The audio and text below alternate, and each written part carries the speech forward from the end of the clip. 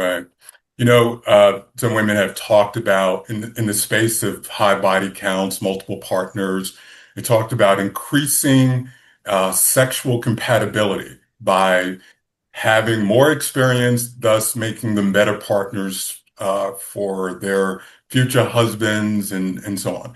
But you've had some pretty stern counter comments to the idea of taking that approach, and then moreover, what the effects of that can mean to a young lady and how she's also perceived. Can you talk a little bit about that? Yeah, good luck with that. I mean, you can do what you want to do. I'm just so, let's talk about sex, shall we? I think that you can have as much sex and do all the things that you want to do with your husband and be just as fulfilled, and have fun with each other. That's how it was meant to be. This I struggle to even call it logic. This logic about having more sexual experiences makes you a better partner, which I don't really care for the word partner because it assumes that we are equal, but I understand.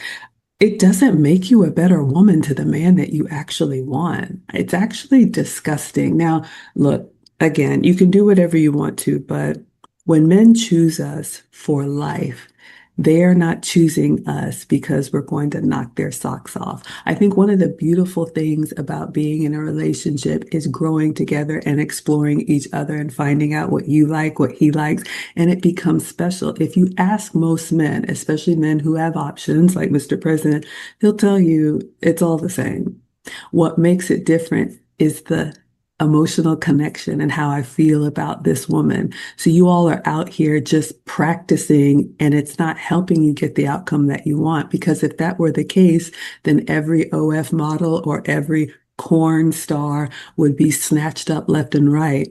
The opposite is true. What we're seeing is these women who have been in the sex work usually are ashamed of it. They try to scrub their image. They come online regretting, talking about how not all, not all, not all, but usually they tire of that. And then now want someone to take them serious.